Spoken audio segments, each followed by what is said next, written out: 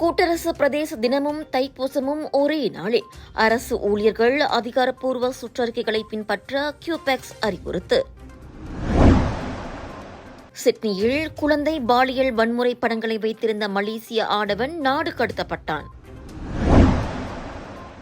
கடா அயர் இத்தாமில் 6 கடை வீடுகள் தீக்கிரையான சம்பவம்.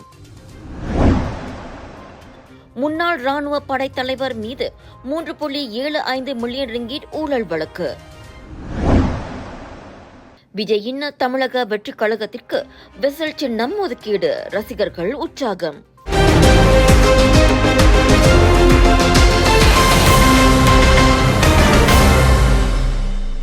வரும் பிப்ரவரி 1 ஞாயிற்றுக்கிழமை அன்று கூட்டரசு பிரதேச தினம் மற்றும் தைப்பூசம் இரண்டும் ஒரே நாளில் வருவதால் அவற்றின் மாற்று விடுமுறைகள் குறித்து பலருக்கு குழப்பம் ஏற்பட்டுள்ளதாக கூறப்படுகிறது. இதை தவிர்க்க அரசாங்க ஊழியர்கள் அதிகாரப்பூர்வ சுற்றறிக்கைகளை மட்டுமே பின்பற்ற வேண்டும் என அரசு ஊழியர்களின் தொழிற்சங்க காங்கிரஸான கியூபெக்ஸ் அறிவுறுத்தியுள்ளது. கூட்டரசு பிரதேசத்தில் 2 தினங்களும் அதிகாரப்பூர்வ பொது விடுமுறைகளாக அறிவிக்கப்பட்டுள்ள நிலையில் அவை ஞாயிற்றுக்கிழமை வருவதால் மாற்று விடுமுறைகள் வழங்கப்பட வேண்டும். அவ்வகையில் அரசு ஊழியர்களுக்கு பிப்ரவரி 2 திங்கட்கிழமை மாற்று விடுமுறை வழங்கப்படுகிறது. ஆனால் தைப்பூசத்திற்கு விடுமுறையை அனுசரிக்கும் தனியார் நிறுவனங்களுக்கு பிப்ரவரி 3 செவ்வாய்க்கிழமையும் மாற்று நாளாக கணக்கிடப்படுகிறது. இதுவே அந்நிறுவனத்திற்கு தைப்பூசம் ஒரு ஆப்ஷனல் ஹாலிடே, அதாவது தேர்வு விடுப்பே என்றால் ஊழியரின் ஒப்புதலுடன் மாற்று நாள் வேறு நாளாக வழங்குவதற்கும் வாய்ப்பு உள்ளது. ஆக அரசு ஊழியர்களுக்கு ஒரு மாதிரியும் தனியார் ஊழியர்களுக்கு ஒரு மாதிரியும் மாற்று விடுமுறைகள் கிடைப்பதால் அவர்கள் குழம்பி போயிருப்பதாக தெரிகிறது. என்றாலும் வெளியில் பரவும் தவறான தகவல்களில் நம்பிக்கை வைக்காமல் அரசாங்கம் வெளியிடும் சுற்று அறிக்கைகளையே முழுமையாக பின்பற்றுமாறு கியூபெக்ஸ் கேட்டுக் கொண்டுள்ளது. சமையலுக்கு நேரம் இல்லையா? இதோ செஃப் ஈஜி ப்ராடக்ட்ஸ். சைவமும் அசைவமும் சூடு செய்து சாப்பிட தயாரான வீட்டு சுவை. ரூம் டெம்பரேச்சரில் பாதுகாப்பாக வைக்கும் நம்பகமான உணவு. எந்த ரசாயனமும் இல்லை, எந்த பதப்படுத்தும் மருந்தும் இல்லை. ஷாப்பி, லசாடா, டிக்டாக் எங்களின் அதிகாரப்பூர்வ அகப்பக்கத்தில் இன்றை வாங்குங்கள். செஃப் ஈஜி ப்ராடக்ட்ஸ், வீட்டு சுவை உங்கள் ஓட்டத்தில். முன்னாள் ராணுவ படைத்தலைவர் தான் ஸ்ரீ முகமது நிசாம் ஜாஃபார் மீது 3.75 மில்லியன் ரிங்கிட் தொகையை உள்ளடக்கிய 4 ஊழல் குற்றச்சாட்டுகள் இன்று செஷன்ஸ் நீதிமன்றத்தில் பதிவு செய்யப்பட்டன. நீதிமன்றத்தில் குற்றப்பத்திரிகை வாசிக்கப்பட்ட போது அவர் தனது குற்றச்சாட்டுக்களை நீதிபதியின் முன்னிலையில் முற்றிலுமாக மறுத்தார். கடந்த ஆண்டு நோன்பு பண்டிகை பரிசு பொருட்கள் விநியோக ஒப்பந்தங்களில் தனது பதவியை தவறாக பயன்படுத்தி தொடர்புடைய நிறுவனங்களுக்கு ஒப்பந்தங்களை வழங்கியதன் மூலம் 5,52,481 ரிங்கிட்டை பெற்றதாக அவர் மீது குற்றம் சாட்டப்பட்டது. இந்த ஒப்பந்தங்களின் மொத்த மதிப்பு 3.5 மில்லியன் ரிங்கிட்டுக்கும் அதிகம் என கூறப்படுகிறது. மேலும் ராணுவ படையின் நலநிதியின் 3 மில்லியன் ரிங்கிட் தொகையை அனுமதியின்றி முதலீடு செய்ததாக நம்பிக்கை மீறல் குற்றமும், ஒரு தனியார் நிறுவன இயக்குநரிடமிருந்து 2 லட்சம் ரிங்கிட் பணத்தை காரணமின்றி பெற்றதாகவும் அவர் மீது குற்றச்சாட்டு சுமத்தப்பட்டுள்ளது.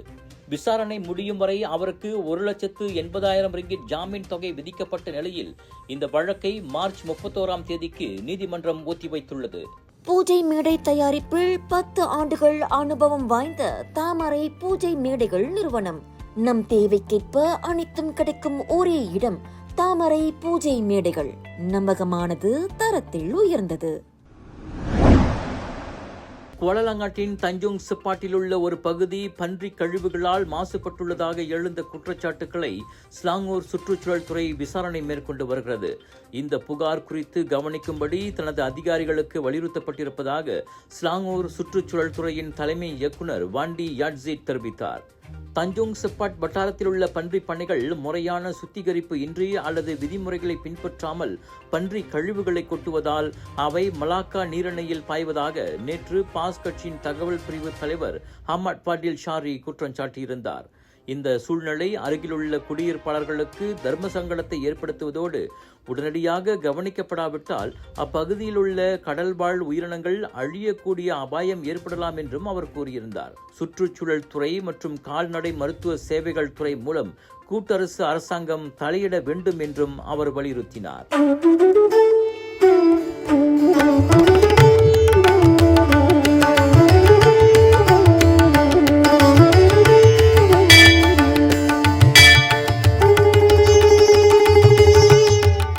ஒரு நாளைக்கு நம்ம இருதயம் எத்தனை வாட்டி துடிக்குது தெரியுங்களா? கிட்ட கிட்டத்தட்ட 1,00,000 வாட்டி. நம்ம தூங்குற நேரத்துல இருதயம் மெதுவா துடிக்கும். நம்ம இருதயம் ஒரு என்ஜின் மாதிரி நான் ஸ்டாப்பா உடம்பு முழுதும் ஆக்சிஜன் பம்ப் பண்ணிட்டு கார்பன் டை ஆக்சைடை வெளியாக்கிட்டுறோம். ரத்த ஓட்டம் இருதயத்துக்கு சீரா இல்லைன்னா பல பிரச்சனைகள் வர ஆரம்பிக்கும். உயர் ரத்த கொதிப்பு, இருதய சம்பந்தப்பட்ட நோய்கள் மற்றும் பல. டெஸ்லி டென்ஷனோட மகிமை ரத்த ஓட்டத்தை சீராக்கிடும், இருதயத்தின் சுமையை குறைக்கும். டெஸ்லி, உங்கள் ஆரோக்கியத்தின் நண்பன். ஆஸ்திரேலியாவின் சிட்னி விமான நிலையத்தில் நடைபெற்ற எல்லை சோதனையின் போது 26 வயது மலேசிய ஆடவனின் கைபேசியில் குழந்தை பாலியல் வன்முறை தொடர்புடைய படங்கள் இருந்ததால் அவன் ஆஸ்திரேலியாவிலிருந்து நாடு கடத்தப்பட்டான். ஆஸ்திரேலிய எல்லை பாதுகாப்பு படை வெளியிட்ட தகவலின்படி அந்த நபரின் கைபேசியில் 100க்கும் அதிகமான படங்கள் கண்டுபிடிக்கப்பட்டன. அவற்றில் அனிமேஷன் மற்றும் செயற்கை நுண்ணறிவு அதாவது AI மூலம் உருவாக்கப்பட்ட படங்களும் இருந்ததாக கூறப்படுகின்றது. இதனைத் தொடர்ந்து அந்த இளைஞன் விசாரணைக்காக தடுத்து வைக்கப்பட்டு பின்னர் மலேசியாவுக்கு திருப்பி அனுப்பப்பட்டான். ஜனவரி 1 முதல் 14 வரை ஆஸ்திரேலியா முழுவதும் நடத்தப்பட்ட சோதனைகளில் மின்னணு சாதனங்களில் குழந்தை பாலியல் வன்முறை பதிவுகள் இருந்ததால் 17 பயணிகள் தடுத்து நிறுத்தப்பட்டனர் என்பது குறிப்பிடத்தக்கது. இந்நிலையில் சிட்னி வந்தவுடன் மேற்கொள்ளப்பட்ட மின்னணு சாதன சோதனைக்கு பின்னர் அந்த மலேசிய இளைஞனின் விசா ரத்து செய்யப்பட்டு நாடு கடத்தல் நடவடிக்கை மேற்கொள்ளப்பட்டது. ஜோர் சிங்கப்பூர் மக்களே, கலர்ஸ் ஆஃப் இந்தியா பிக் இந்தியாவோடு இணைந்து வழங்கும் சவுதர்ன் இன்டர்நேஷனல் இந்தியன் எக்ஸ்போ பிரம்மாண்டமான தொடக்கம், கோலாகலமான கொண்டாட்டம், புத்தம் புதிய லேட்டஸ்ட் டிசைன்கள் வந்து குவிந்திருக்கும். அனைத்தும் நீங்கள் ஷாப்பிங் செய்ய Punjabi suits, saris, kurta, kurtis, boutique collection என அனைத்தும் உண்டு. வைரல் ஃபுட் ஃபெஸ்டிவலில் 100க்கும் அதிகமான வைரல் ஃபுட், ஒவ்வொரு நாளும் உங்கள் ஃபேவரட் ஆர்டிஸ்ட். இவை அனைத்தும் தாசிக் சென்ட்ரல் ஸ்கூடாய் ஜோஹர் பாருவில் 13 to 22 February. Big sale, big discount. ஆவணங்களை போலியாக்கும் கும்பலின் தரகராகிருந்த மியான்மர் ஆடவருக்கு அலோர் காஜா மாஜிஸ்ட்ரேட் நீதிமன்றம் 12 மாதம் சிறை தண்டனை விதித்தது. 54 வயது சன் லுவின் என்ற அந்த நபருக்கு எதிராக 17 குற்றச்சாட்டுகள் கொண்டு வரப்பட்டன. அனைத்து குற்றச்சாட்டுகளையும் ஒப்புக்கொண்டதை தொடர்ந்து அந்த ஆடவருக்கு மாஜிஸ்ட்ரேட் ஷர்டா ஷேனா முகமது சுலைமான் சிறை தண்டனை விதித்தார். 1966ஆம் ஆண்டின் கடப்பிதழ் சட்டத்தின் கீழ் 8 குற்றச்சாட்டுகளுடன் போலி கடப்பிதழ் வைத்திருந்தது மற்றும் மற்றவருக்கு சொந்தமான கடப்பிதழ்களை வைத்திருந்ததும் அடங்கும். மொத்தம் 17 குற்றச்சாட்டுகளுக்கும் 165 மாதம் சிறை தண்டனையை மாஜிஸ்ட்ரேட் விதித்த போதிலும் கைது செய்யப்பட்ட தினமான 2025ஆம் ஆண்டு நவம்பர் 8ஆம் தேதியிலிருந்து இந்த தண்டனையை ஏக காலத்தில் அனுபவிக்கும்படி உத்தரவிட்டதால் சான்லேவின் 12 மாதம் மட்டுமே சிறையில் கழிக்க வேண்டிய தேவை ஏற்பட்டுள்ளது.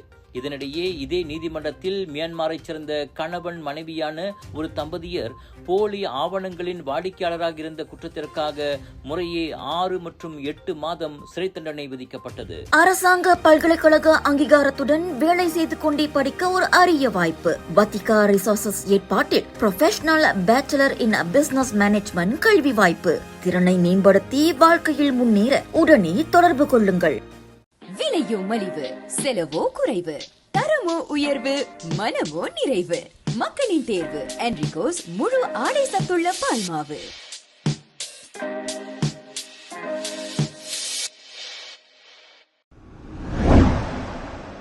கிடா அயரித்தாம் பகுதியில் உள்ள கம்போங் சிம்பாங் எம்பாட் கர்பானில் நேற்று ஏற்பட்ட தீ விபத்தில் 6 கடை வீடுகள் கடுமையாக சேதமடைந்தன.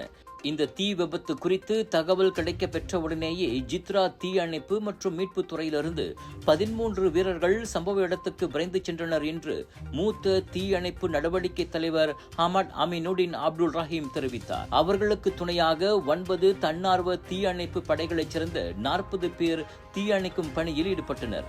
மேலும் கிடா மாநில தீ அணைப்புத்துறை தலைமை அதிகாரி வழங்கிய உத்தரவின் பேரில் ஜித்ரா நிலையத்திலிருந்தும் அருகிலுள்ள தன்னார்வ தீ அணைப்பு படைகளிலிருந்தும் தீ அணைப்பு வாகனங்கள் சம்பவ இடத்திற்கு அனுப்பப்பட்டன. சம்பவ இடத்துக்கு வந்தபோது 6 கடை வீடுகள் தீப்பிடித்திருந்ததாகவும் தீ விபத்தால் ஏற்பட்ட சேதம் சுமார் 80 விழுக்காடு எனவும் கூறப்பட்டுள்ளது. இந்த சம்பவத்தில் உயிரிழப்புகள் எதுவும் பதிவாகவில்லை.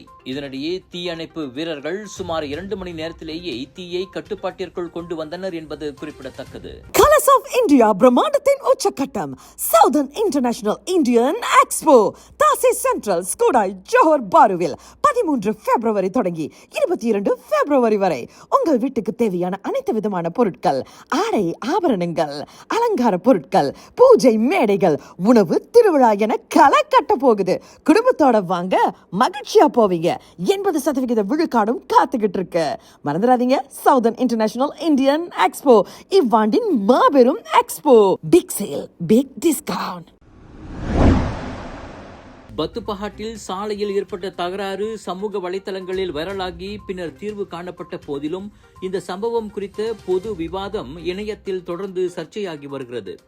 சம்பந்தப்பட்ட அனைத்து தரப்பினரும் மேல் நடவடிக்கை எடுக்க வேண்டாம் என ஒப்புக்கொண்டதை தொடர்ந்து 2 ஓட்டுநர்கள் சம்பந்தப்பட்ட மோதல் புதன்கிழமையன்று தீர்க்கப்பட்டது. வர்த்தக பகுதியில் மினி கூப்பர் ஒன்று இரட்டை வாகனம் நிறுத்துமிடத்தில் நிறுத்தப்பட்டிருந்தது மற்றொரு வாகனத்திற்கு தடையாக இருந்ததால் சர்ச்சை தொடங்கியதாக கூறப்படுகிறது. ஒரு பெண் தனது காரை வெளியேற்ற அருகிலுள்ள கடையிலிருந்து வெளியே வருவதற்கு முன்பு ஒரு ஆடவர் தனது வாகனத்திலிருந்து மீண்டும் மீண்டும் ஹார்ன் அடிப்பதை பரவலாக பகிரப்பட்ட காணொளியில் பார்க்க முடிந்ததோடு அதனைத் தொடர்ந்து வாக்குவாதம் கடுமையாகியது. சம்பந்தப்பட்ட பெண் மன்னிப்பு கேட்டுக்கொண்ட போதிலும் அருகிலிருந்த பலர் அவரை கண்டித்தனர்.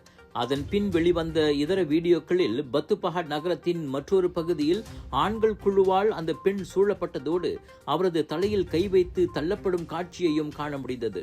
இதனிடையே சம்பந்தப்பட்ட அனைத்து தரப்பினரும் புதன்கிழமையன்று பத்துப்பஹாட் மாவட்ட போலீஸ் தலைமையகத்தில் விசாரிக்கப்பட்டு தீர்வு காணப்பட்டதை பத்துப்பஹாட் போலீஸ் தலைவர் துணை கமிஷனர் ஷருல் அன்வார் முஷாடாட் அப்துல் சானி உறுதிப்படுத்தினார். தனித்துவமும் தரமும் கொண்ட நவீன தொழில்நுட்பத்தில் வடிவமைக்கப்பட்ட சிலைகள் வேண்டுமா? பத்துமலை தைப்பூசத்தில் சிறப்பு சலுகைகளுடன் உங்களுக்காக காத்திருக்கிறது குளோபல் ஆர்ட்ஸ் கிரியேஷன் சிலை நிறுவனம். 30 ஆண்டுகள் அனுபவத்துடன் நம்பிக்கையும் கலைநயமும் ஒருங்கே. ஜனவரி 30 முதல் பிப்ரவரி 8 வரை.